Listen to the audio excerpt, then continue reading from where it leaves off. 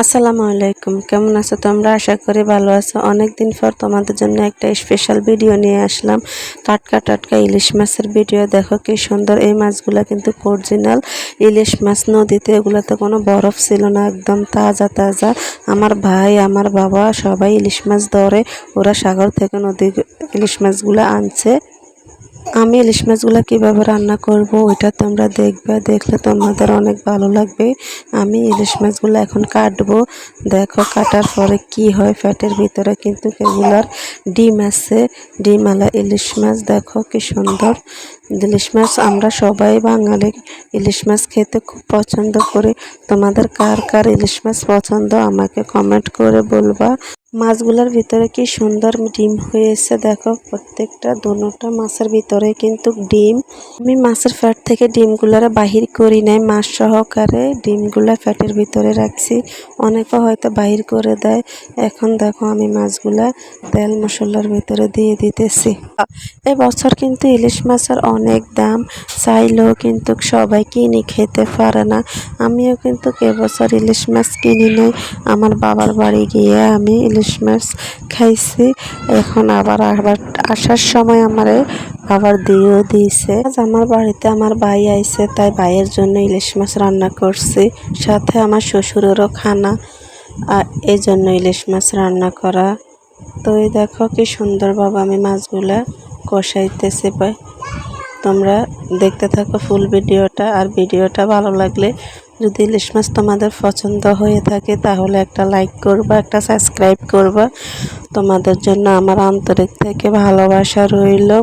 কিছু আপুদের জীবন এমন আছে যারা স্বামীর টাকা পয়সা থাকা সত্ত্বেও শ্বশুরবাড়িতে সম্মান পায় না, ভালোবাসা পায় না, অবহেলার পাত্র হয়ে বেঁচে থাকে।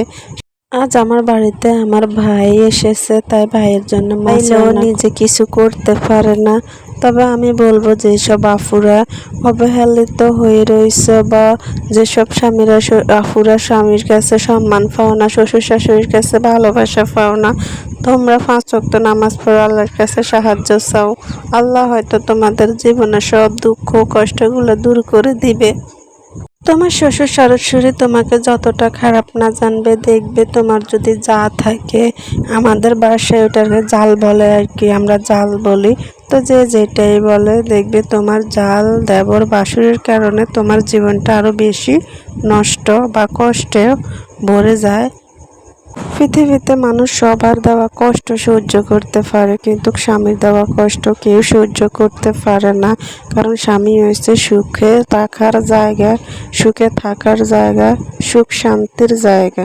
তো তুমি যদি তোমার শ্বশুর শাশুড়ির থেকে অবহেলিত হয়ে, দেবর বাসুরের থেকে, জালের থেকে অপমান হয়ে যদি স্বামীর ভালোবাসা পাও, তাহলে দেখবে তোমার পুরা দিনের কষ্টটা দূর হয়ে যায়। আর যদি স্বামীর কাছে ভালোবাসা না পাও, বলতে না পারো, স্বামী যদি তোমাকে না বুঝে, দেখবে তোমার কষ্ট তো আরো বেশি বেড়ে যাবে।